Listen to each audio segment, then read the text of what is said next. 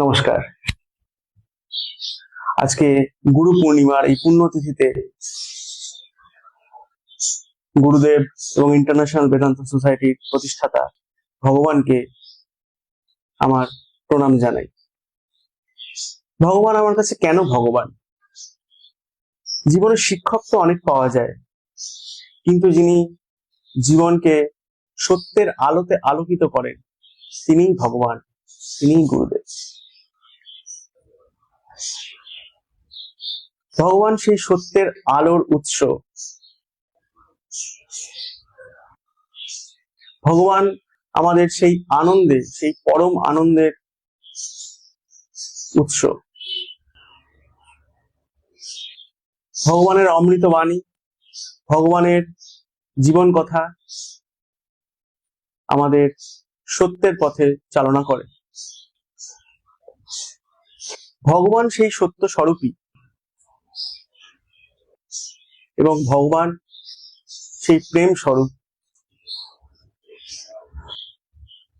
ভগবানের মতো ভালোবাসতে বোধহয় আর কেউ পারেন না। ভগবান বলছেন, আমি তোমাদের ভালোবাসি। এই ভালোবাসা তোমাদের সাথে ঘর বাঁধার ভালোবাসা নয়, এই ভালোবাসা ঘর ভাঙার ভালোবাসা। ভগবান আপন করে নিয়েছেন, শুধু আপন করেই নেননি, তিনি সত্যের পথে, যে সত্য তিনি নিজে জীবনে নিয়ে চলেছেন, সেই সত্যকে আমাদের কাছে উপস্থাপনা করেছেন এবং বলেছেন এই সত্যই পরম বস্তু, এই সত্যই জীবনের লক্ষ্য, ঈশ্বরলাভী জীবনের লক্ষ্য। ভগবান বলছেন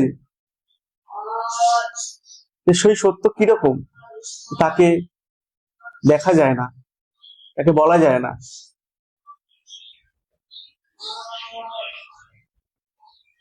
তার সম্বন্ধে কিভাবে বলবো? ভগবান নিজেই সেই সত্য স্বরূপ। ভগবান বলছেন, যদি কেউ রসগোল্লা খায়, তাহলে তাকে যদি জিজ্ঞেস করা হয় যে রসগোল্লার স্বাদ কিরকম, সে কিন্তু ঠিক মতো বলে বোঝাতে পারবে না। তাকে যদি জিজ্ঞেস করা হয় কিসের মতো, চিনির মতন, সে বলতে পারবে না। তাকে যদি জিজ্ঞেস করা কিসের মতো, জিলাপির মতন মিষ্টি, সে বলতে পারবে না। কিন্তু যে রসগোল্লা নিজে খেয়েছে সেই একমাত্র অনুভব করতে পারবে রসগোল্লা কিরকম খেতে। তাই ভগবান বলছেন সত্যকে অনুভব করতে। সেই সত্যকে ভগবান আমাদের জীবনের পাথেয় করেছেন। ভগবান আমাদের গুরু।